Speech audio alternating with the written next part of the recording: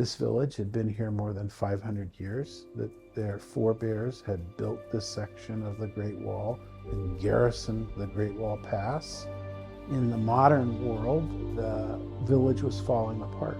This is something that happens all over the world, not just in China and not just in Mutianyu Village. Rural ways of life fall apart. I first became aware of China when Nixon went on the Great Wall, so that's where everything originated. My dream is to be able to have a house under the Great Wall. And we got our house out here in Mutianyu in 1994. My name is Jim Spear. I'm from the United States, but living here in China over the last 40 years, I've become more accustomed to use my Chinese name, which is Sa Yang.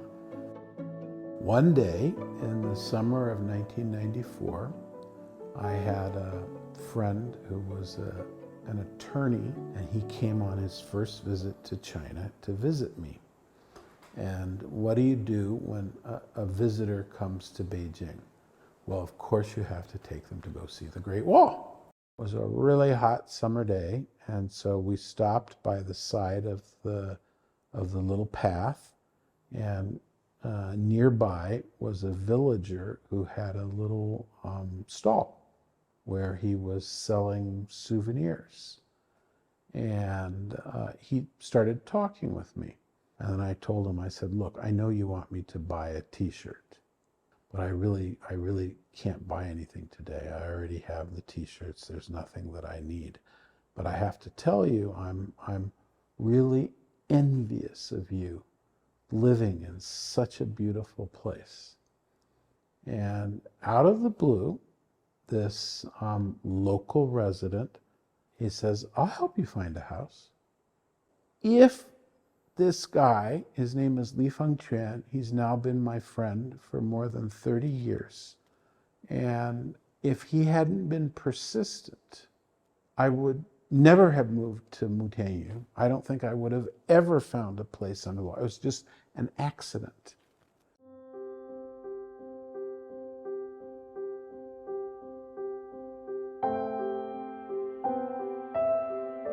I kind of slipped into becoming a designer and an architect, because when I did my house out here at Mutianyu and I did the schoolhouse,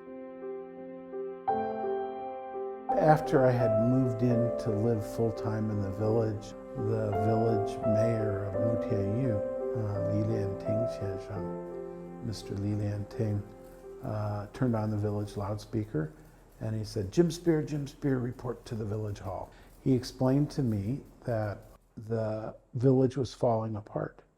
People were selling some trinkets on the Great Wall, but most of the young people all moved away. There were no jobs here, and they didn't know how they were going to sustain their community into the new century. And we think that one way we could revitalize our village and make it sustainable again is if we have a business. We have some businesses in the village that will attract customers to stay longer, spend money, and provide jobs for the local community. And so that's how we started the schoolhouse, with an abandoned village primary school. We turned it into a restaurant, an art glass shop, and a gallery, and was very, very successful business. That's when the government recognized what they called the schoolhouse model, because it used private capital on a small scale basis to build up scale. We helped a client lease the house, so then the family got the revenue from leasing out a house. And we used local contractors and bought materials locally and had local laborers. And so you start to inject that money into the local community, it can make quite a bit of difference. In 2006, one of our local contractors said, you should see Beigou Village. And so in 2006, we ended up leasing the brickyard Liuliwa, the glaze tile factory, which was still operating. When I first came here, this was an operating glaze tile factory. And they were burning coal, and each one of those chimneys had black smoke coming out of it. And this ground was dirty and filthy. And so I stood right about this place, and I looked at this, and I told Liang, "You've got to be kidding." And then she said, "Jim, you idiot, turn around and look at this." So I turned around, and there was this magnificent panorama of the Great Wall that could be seen from this site. And she says, "Jim, that's why we need to do this project."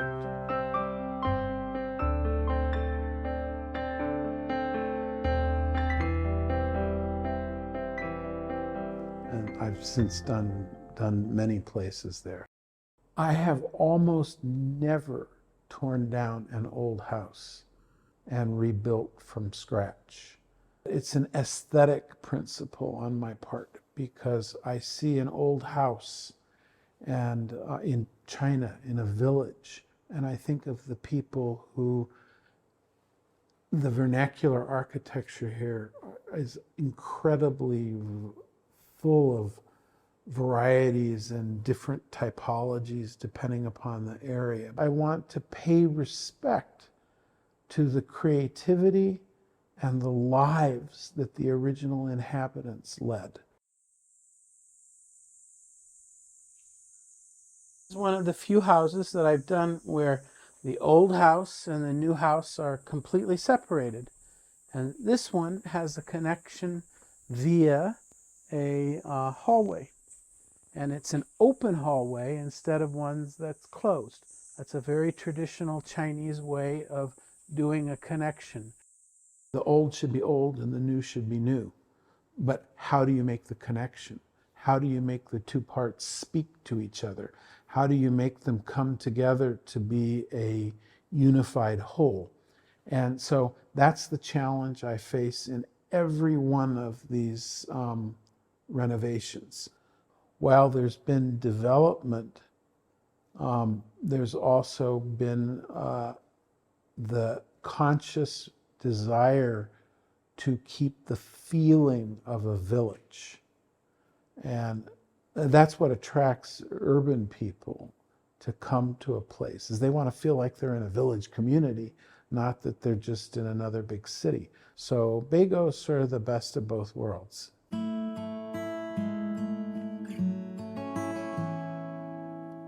萨阳给我们留下了很多的宝贵的一些东西，包括我们过去那些老房子，全让它没有拆的，全是改造，全是改造。所以城里人来住的时候都特别的喜欢，我的理解就是低碳、环保、自然。北沟村一直在打造乡村振兴，乡村振兴首先就是让农民得富裕起来，村集体得有产业，抓环境、抓管理、抓基础设施建设、抓产业发展、抓村民素质教育。我们这个到这来住宿的、 吃饭的、旅游的，没有登记的加起来，大约一年要来北沟村6万人。还有就是我们北沟村呢，这些年呢，主要是引来了外来人有35户，最多时候呢是有15户是外国朋友。他们为什么要来北沟？别人没人明白，我必须要明白，我一定要全力以赴支持他，帮助他。他现在回想起来就是支持人家，就是帮助自己。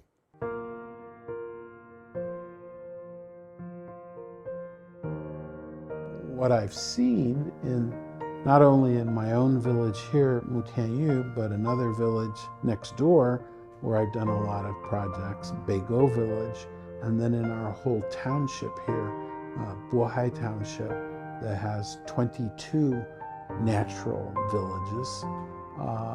Over the last decades, there's much more money that's available for infrastructure and the provision of city municipal services, sewage, water, electricity, trash collection, that sort of thing, which didn't exist 30 years ago.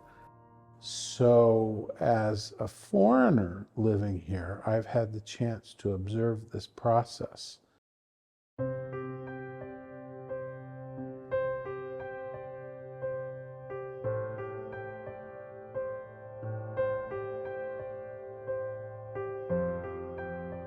You know, you're my family. I think you're good people, you know, and I'm proud of you. I know I'm not going to be around much longer, but I hope that after I've gone, that you will give something back to society. You know, don't only think of yourselves. He told us over a spring festival dinner in 2006, I need to remind myself that this is really a journey and a process of learning and of actualization. The Chinese have a saying, 谦虚使人进步，骄傲使人落后. People oftentimes ask me, they say, oh, Mr. Spear, what's your favorite house? So in a very basic way, I mean, I live for new projects.